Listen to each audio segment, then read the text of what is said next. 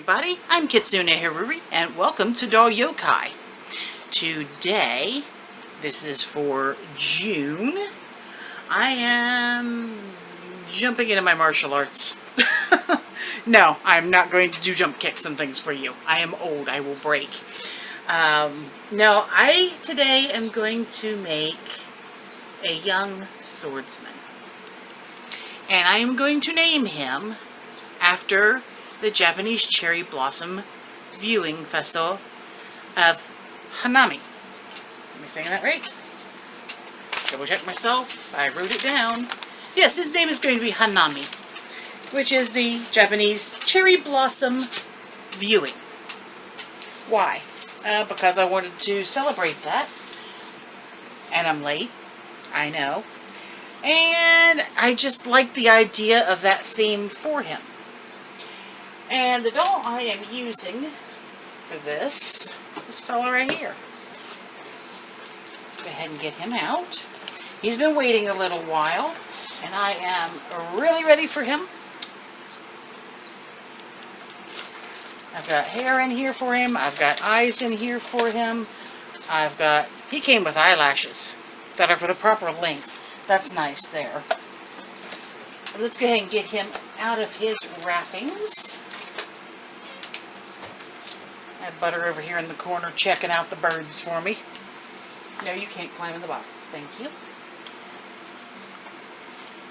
Let's go ahead and free this young man. And I've shown him before on my other channel when he arrived. And he is a pretty good quality doll. And he looks very young compared to his body, but it's okay. And he did come with this as well, which was nice. It's a little big for him, but it's nice. So here's my young gentleman.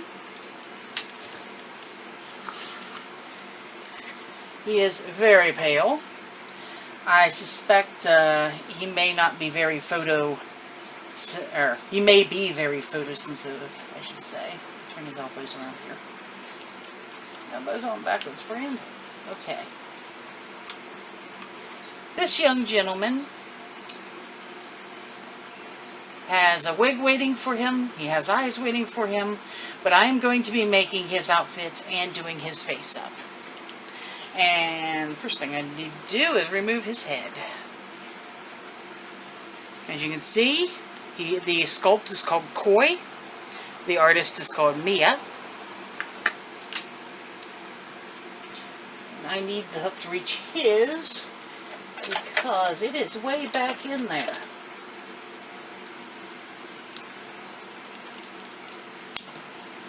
There we go. He is fully strung. He is resin. He's got some nice details on him.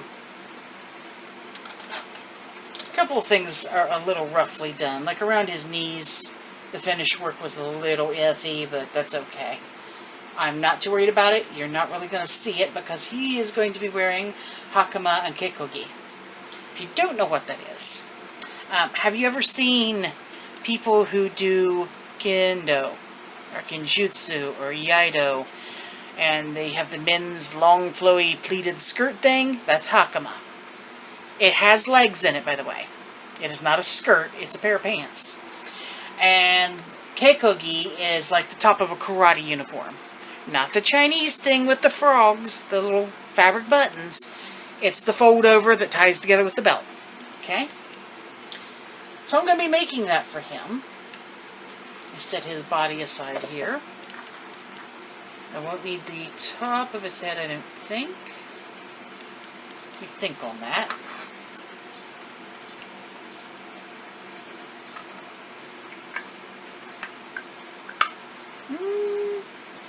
No, I don't think I'll need to worry about this either.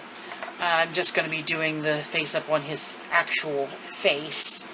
And, well, a little different from doing girls. Don't have a lot of makeup per se. A lot of blushing and just details. I'm going to take that down and get that sprayed before it's done. Before it's started. Oh, don't beat him half to death first, poor guy. And I'm going to be using a couple of fabrics for his uniform, or his costume. First of all, Hakama, when you see them in martial arts, they're usually black or blue. Sometimes you'll see red and white, but the most often are black and blue. But in reality, how they were worn, you could have all sorts of fabrics. For him, I've got this. It's a nice weight, it's textured, it has a nice pattern to it. I've got several pieces I'm pretty sure are long enough. Oh yes, definitely long enough. So I'm going to make his hakama with this.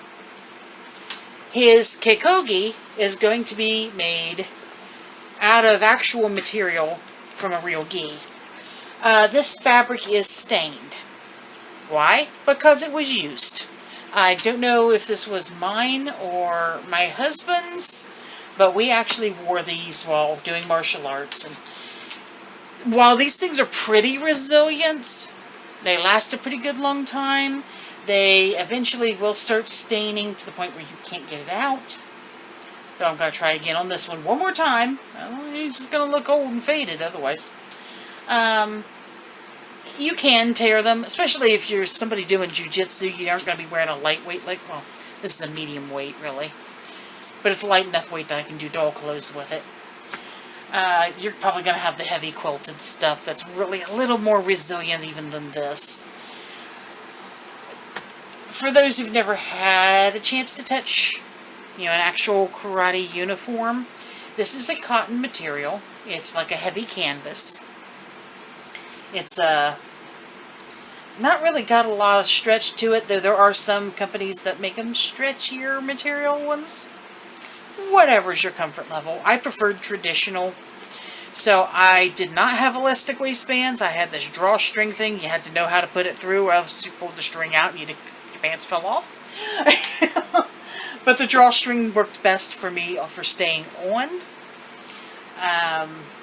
And I did a lot of dynamic kata, so I liked mine to be stiffly ironed. It would take me a minimum of a half hour just to do my top. And when I would go to throw a punch or something like that, you would hear that crack from this thing moving. Really nice sound. It really adds to the performance level of katas and tournaments. For those who don't know, there's a lot of martial arts information here today. When you're doing competition, it's different than when you're doing kata in a traditional form, unless that competition is specifically looking for traditional. You want a little bit more of a dynamic feel to it. You want it to, well, evoke emotion, a lot like a performance would. When you're doing traditional, you are trying to keep it accurate, and you are trying to make it effective in your training regimen. I really should go into this in something else, though. But in any case, I did a little bit of both. So, crispy uniform, even in class. That was me. Anyway, guys, this is going to be his top. This is going to be his bottom half. I may have to make an anti-staining something for him. Or just slap some pantyhose on him. I don't know. It might work. But beyond that, you know where I'm going with this. And let's get started.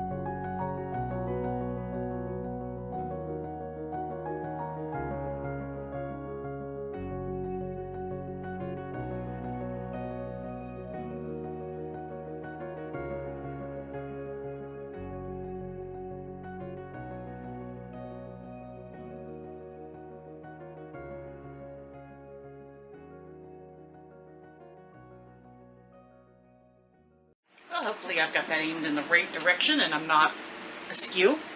Anyway, guys, this is Hanami completed.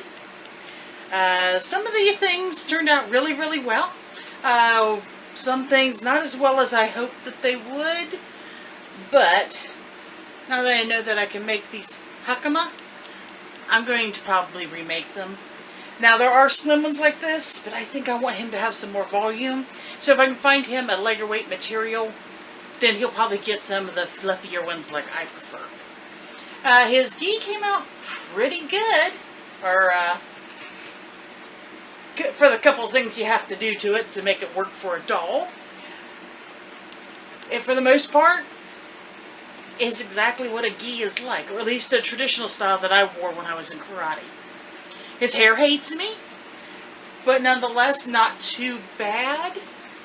That will probably get some adjustments later, maybe. Maybe I'll leave it. I don't know. I haven't decided.